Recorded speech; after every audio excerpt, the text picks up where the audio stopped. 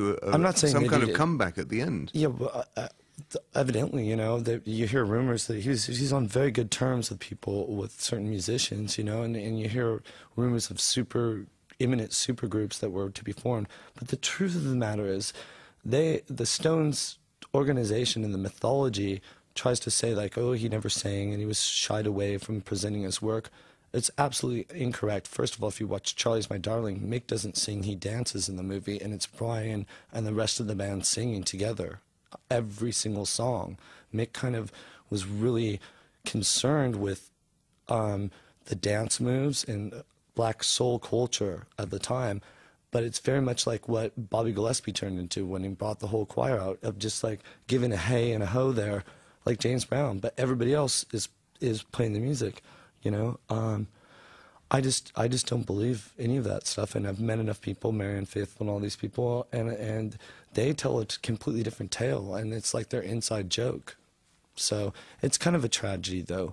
I mean, all the things that happened, and it's part of his fault. You know, he could have been responsible in a lot of other ways, but you have to separate art from the artist. Like, people, you have to put it in perspective and realize you're not what you do. You know. Given that you're focused on art and the production of work, and you are hugely prolific and you're hugely perfectionist, and you turn out the work, somebody asked you in a very interesting interview a few years back whether you thought art that you were producing had the potential for cultural change, and you went, hell no, it's damage limitation. Could you explain that remark? Well, my perspective has changed, you know, because I saw some... I've seen garage rock temporarily come full cycle, and people like the lorry drivers are listening to the White Stripes, you know, and I would never imagine that it would go this direction. And the thing is I don't think it's the responsibility of music necessarily to change the culture. My issue is that we have poor leadership in the music business, and I'm not that fascinated with the leadership in the other realms of society that I deal with. And it isn't because I have some social agenda, like I'm a socialist or I want to, you know, endorse any particular thing. I just think there's a dangerous amount of people that they're suspicious of the motives of their leaders, you know? And I think that's... You can get that if you like. That's so embarrassing. That's it is the first time it's happened. Apart from that's fine. I mean, this is the modern world. Darling, how many times have I told you not to call me at work? Sorry. No, I just think that yeah. So I don't know about the culture. Like, I'm not preoccupied with being sort of a teeny bopper steward, you know, of sort of driving the ship for youth culture. What I'm preoccupied with is, you know, hanging in there and keeping my word to myself, you know. Can you tell us about the first song, Nailing Honey to the Bee? Yeah. That sounds like a bit of a fruitless occupation. Well, the thing is it's just funny. It's funny because people, the perception that people are going to steal whatever you have if it's not nailed down. And I'm silly. I'm a silly man. You know, I would be really somber. I mean, if I didn't have a good sense of humor and constantly, you know, nail honey to your bee. Yeah, whatever it means. It's meaningless. It's supposed to be meaningless because the song's really not even about anything. I mean, it means something to me. Why don't we take a listen and we'll see if it means something to you, gentle listener. Oh, I'd enjoy that. No. We can have a laugh. Come on. It's good. That's Nailing Honey to the Bee. Did you enjoy that?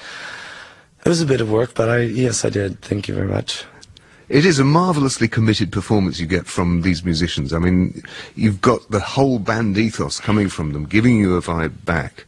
It's not like having session musicians in any kind of sense, shape or form. And we need a little bit more of that in life, in many different areas, you know? Some sort of balance. Commitment is a fine thing. You've been touring with Black Rebel Motorcycle Club. I had understood that supporting other bands was something that you were dead against. Yeah, I am dead against it, but they've helped introduce me to a lot of people that I need, that they need to think. People hear hysteria, or they hear tales of this and that. You know, the biggest radio station in Los Angeles, it's a college station, but it's very big.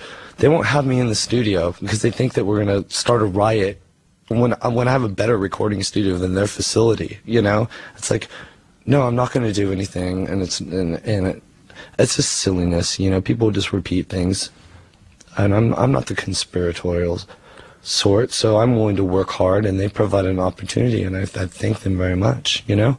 I would have thought that playing support to the right band would take you to a much wider audience who would enjoy what you do and not otherwise have a chance to be exposed to it. Well, the wider audience is just going to have to work a little bit harder, you know, because it's not that fun. Most people in many fields in society sort of like bugger about, and you're expected to take it, and your reward is when you get in that position, you're allowed to do the same to other people, and I don't treat people that way. I mean, I was raised in a different manner, and that was I treat all strangers with respect, but I make decisions about, you know, like, oh, this is a dangerous place, and this is not a person I want to associate with immediately, but that's fine.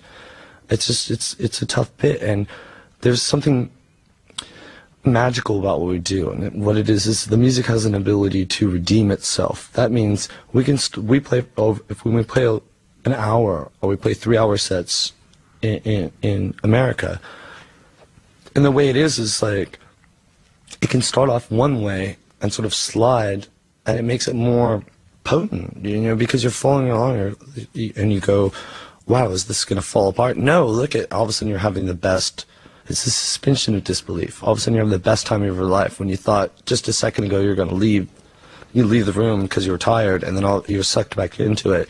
It's like theater or anything else, and that's why being a support group, people forget about this. You're there to support. That's why you're a support group. I'm there to support them. I'm not there to steal the show or, you know, act up or anything else except make their show go better and do the other end of the bargain, which is introduce myself to people that otherwise, you know, wouldn't know about our band. But the other side of the equation is that a show presumably can go one way or the other because of the interaction between band and audience, the vibe, the feedback that's going on there. And in a show where you're headlining, then the expectations and the relationship is wholly other. But I'm an odd individual. Like, when I made up all these songs, I thought of each one of them, well, people are just going to love this and tear me to pieces if I walk down the street, but it never really presented itself in that situation. So, you know, if I want to have mass hysteria and fanaticism, I could stay in my own country. But the point is like, I'm not deterred in anything in my life just because somebody isn't telling me, come along now, I want you to do this. Like, there's things that I want to do, and I'm willing to work for them.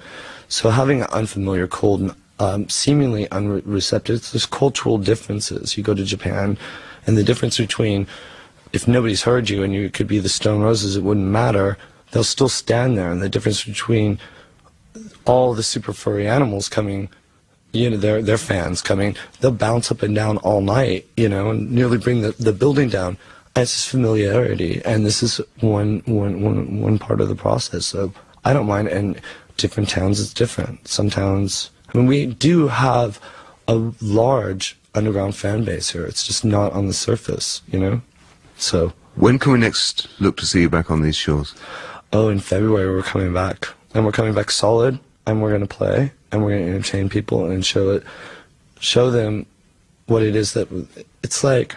There's not a band like us that's your next door neighbor. We're our own thing, and even amongst people that copy our style and come over here, they're not the same as us, and we can change, you know. So, in February. We look forward to welcoming you to these shores at that point. I hope you'll come and see us again. Oh, it would be my pleasure. Please do. Tell me about this final track, Swallowtail. Well, this is a song I made up in 1990, and I kept it to myself. I had sort of parallel lines of the medium that I wanted to work in. Some of them were more leaning towards the Velvet Underground, being a retro sound, and other ones were more influenced by, you know, things like Joy Division and minimalism and angular sort of things. And this is I do apologise. I know, your phone is beeping. It's beeping. fine. I should have turned the damn thing off. I know. Well, you know, shoulda, woulda, coulda. We just have to deal with what... We were on those parallel lines.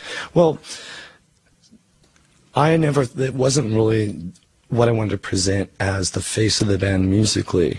It was something that I enjoyed very much. And the reason why I didn't come to England in 1991 is because people were like, oh, well, we've got better than that. We got the shoegazers. We got all this stuff going on. Well, who needs you, you know? And they weren't really looking at it. They were just being a little bit arrogant about it. So, but then all the bands like the Strokes came out, and I was like, oh. And my friends pestered me, you know, because only the people very close to me are all the things that I make up, because I already decide that, like, oh, this is what I'm going to share, you know. And I love the song. It's beautiful, and I just want people to enjoy it. Anton Newcombe, thanks so much. It's been my pleasure.